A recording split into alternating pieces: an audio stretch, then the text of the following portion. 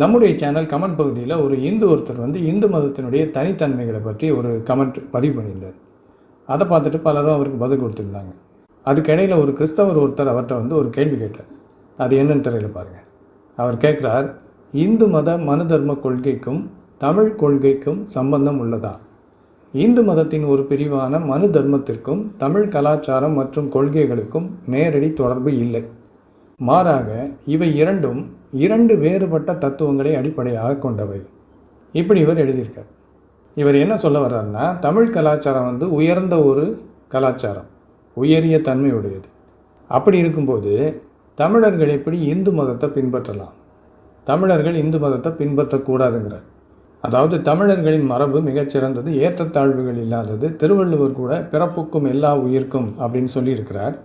ஆனால் இந்து மதத்தின் கோட்பாடுகள் ஏற்றத்தாழ்வு உடையவை, தமிழர்கள் இந்து மதத்தை பின்பற்றக்கூடாது அப்படிங்கிறது இவருடைய வாதம். அப்படி சொல்லும்போது இந்து மதம் தவறான ஒரு மார்க்கம் அப்படின்னு சுட்டி காட்டுறதுக்காக வேறொரு காரியத்தை சொன்னார். அது என்னன்னு தெரியல பாருங்கள். அவர் எழுதியிருக்கார், பிறப்பால் அனைவரும் சமம் என்று சொல்லும் மார்க்கமே தமிழர்களின் மார்க்கமாக இருக்கும். ஏன் இப்படி சொல்கிறாருன்னா, தமிழர்களுடைய மரபு ஏற்றத்தாழ்வுகள் இல்லாதது. அதனால் பிறப்பால் அனைவரும் சமம் என்று சொல்லும் மார்க்கமே தமிழர்களின் மார்க்கமாக இருக்கும். இந்து மதம் அப்படிப்பட்டது கிடையாது அப்படின்னு சொல்கிறார். இவர் சொன்ன இந்த கருத்து ரொம்ப நல்ல கருத்து. பிறப்பால் எல்லோரும் சமம் அப்படின்னு சொல்கிற மார்க்கம் தான் தமிழர்களின் மார்க்கமாக இருக்கணும்.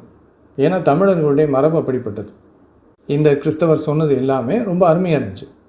இந்து மதத்தினுடைய தவறான கோட்பாடுகளை அவர் சுட்டி காட்டி விளக்குனதும் பாராட்டுக்குரியது. நான் அதை கவனிச்சிக்கிட்டு இருந்தேன். ஆனால் அடுத்ததான் இவருடைய சுயரூபம் வெளிப்பட்டுச்சு. அதாவது இவர் இந்துக்களுக்கும் தமிழர்களுக்கும் இப்படி கிளாஸ் எடுத்தது தமிழர்களின் மரபு எப்படி சிறந்ததுன்னு புரிய வைக்கிறதுக்காக இல்லை.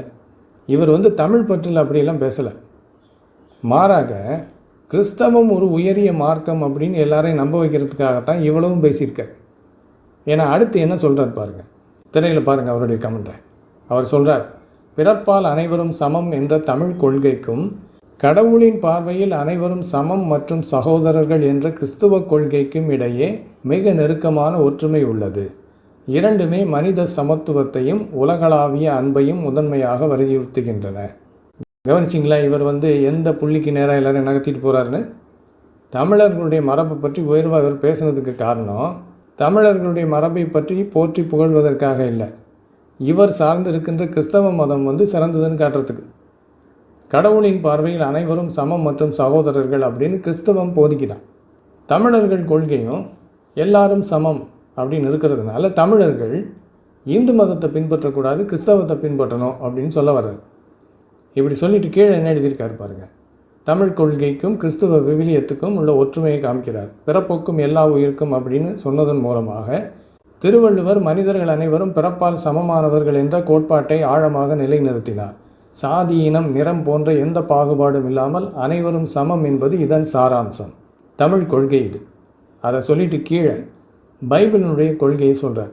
கிறிஸ்துவ விவிலியம், யூதன் என்றும் கிரேக்கன் என்றும் இல்லை, அடிமை என்றும் சுயாதீனன் என்றும் இல்லை, ஆண் என்றும் பெண் என்றும் இல்லை, நீங்கள் அனைவரும் கிறிஸ்து இயேசுவுக்குள் ஒன்றாயிருக்கிறீர்கள் என்று விவிலியம் கூறுகிறது அப்படின்னு பைபிளிலிருந்து ஒரு வசனத்தை மேற்கோள் காட்டியிருக்கார். கலாத்தியர் 3ஆம் அதிகாரம் 28ஆம் வசனம்.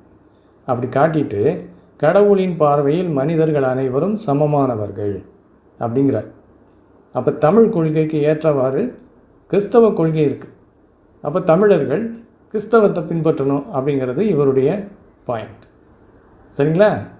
அப்போ இவர் தமிழர்களுடைய மரபை பற்றி ரொம்ப உயர்வாக சொன்னதுக்கு காரணம் தமிழர்களை போற்றுவதற்காக இல்லை, தமிழ் மரபை போற்றுவதற்காக இல்லை, தமிழர்களையெல்லாம் மதம் மாற்றி கிறிஸ்தவர்களாக்கிறதுக்கு. அதாவது இந்து மதம் தவறானது, தமிழர்கள் அதை பின்பற்றக்கூடாது. ஆனால் தமிழர்கள் பின்பற்றக்கூடிய வேறொரு மார்க்கம் இருக்குது, அது கிறிஸ்தவம். ஏன்னா தமிழ் மரபை போலவே எல்லா உயிர்களும் சமம் அப்படின்னு கிறிஸ்தவம் போதிக்குதுன்னு இவர் சொல்கிறார். அதுக்கு முன்னால் வரைக்கும் நான் இதை கவனிச்சிக்கிட்டு இருந்தேன். ஆனால் இவர் இப்போது கிறிஸ்தவம் ஒரு சிறந்த மார்க்கம் அப்படின்னு காட்டுறதுக்கு முயற்சி பண்ணார் பார்த்தீங்களா? அப்போ அவர்கிட்ட ஒரு கேள்வி கேட்டு, இவர் பைபிளில் கலாத்தியர் அப்படிங்கிற புத்தகத்திலேருந்து ஒரு வசனத்தை காட்டி பிறப்பால் எல்லோரும் சமம் அப்படின்னு கிறிஸ்தவம் போதிக்கிறதாகவும் கடவுளின் பார்வையில் அனைவரும் சமம் மற்றும் சகோதரர்கள் அப்படிங்கிறது கிறிஸ்தவ கொள்கை அப்படின்னு சொன்னார். ஏன்னா அந்த வசனம் அப்படி சொல்லுது. கலாத்தியர் 3ஆம் அதிகாரம் 28ஆம் வசனம். யூதன் என்றும் கிரேக்கன் என்றும் இல்லை, அடிமை என்றும் சுயாதீனன் என்றும் இல்லை, ஆண் என்றும் பெண் என்றும் இல்லை, நீங்கள் அனைவரும் கிறிஸ்து இயேசுவுக்குள் ஒன்றாயிருக்கிறீர்கள். அப்போது யூதர்கள், கிரேக்கர்கள், அடிமை, எஜமான், ஆண், பெண் அப்படிங்கிற பாகுபாடெல்லாம் கிடையாது. கிறிஸ்தவர்கள் யாரை கடவுள்னு வணங்குறாங்களோ அந்த கடவுளுக்கு முன்னால் எல்லாரும் சமம் அப்படின்னு இந்த பைபிள் வசனம் சொல்லுது. அதனால் கிறிஸ்தவம் சிறந்தது அப்படிங்கிற. இப்போ இவர்கிட்ட நான் ஒரு கேள்வி கேட்டேன். அந்த கேள்வி என்னன்னு திரையில் பாருங்கள். யூதர்கள் பிற இனத்தினரை அடிமைகளாக வைத்து அடித்து வேலை வாங்கலாம் என்று சொன்ன உங்கள் கடவுளின் பார்வையில் அனைவரும் சமமா?